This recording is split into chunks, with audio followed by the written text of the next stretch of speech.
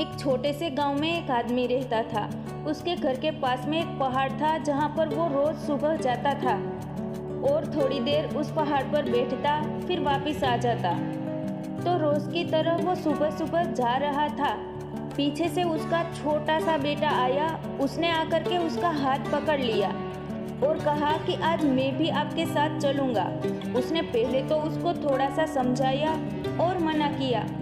कहा कि जो रास्ता है वो बहुत ही छोटा है और चढ़ाई बहुत ज़्यादा है, तो तुम मेरे साथ नहीं चल पाओगे।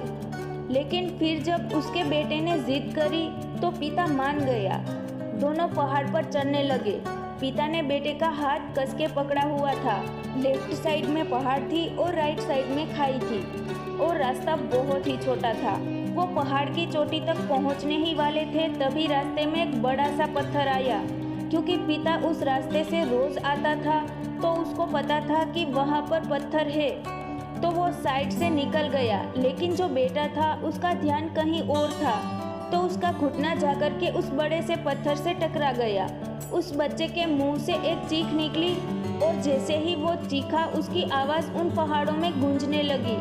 इससे पहले उस बच्चे ने कभी भी अपनी आवाज़ की गूंज नहीं सुनी थी, तो उसे समझ नहीं आ रहा था कि ये क्या हो रहा है। वो अंदर से थोड़ा सा घबरा गया और उसे लगा कि शायद कहीं कोई है जो छुपकर उसे देख रहा है और उसका मजाक उड़ा रहा है। फिर उस बच्चे ने बोला, कौन हो तुम? तो जब उस बच्चे ने उस गूंज को फिर से सुना तो उसे गुस्सा आ गया। उसे लगा कि कौन है ये जो मेरा मजाक उड़ा रहा है। फिर उसने गुस्से से कहा कि मैं तुम्हें छोड़ूंगा नहीं। और फिर से जैसे ही उसने उस गूंज को सुना वो घबरा गया। उसके पिता समझ गए थे कि क्या हो रहा है।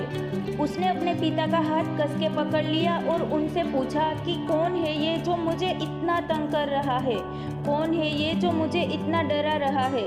तो उसके पिता थोड़ा सा मुस्कुराए और उन्होंने खाई की तरफ देखा और जोर से बोला, मैं तुमसे बहुत प्यार करता हूँ।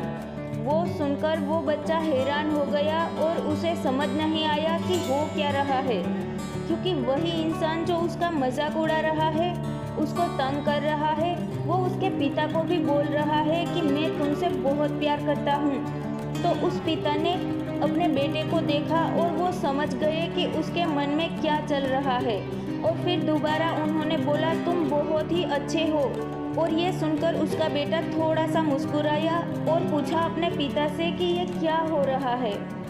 फिर उसके पिता ने अपने बेटे को समझाया, ये जो आवाज़ तुम सुन रहे हो ना, ये किसी और की नहीं है, ये तुम्हारी ही आवाज़ है जो कि पहाड़ों में गूंज रही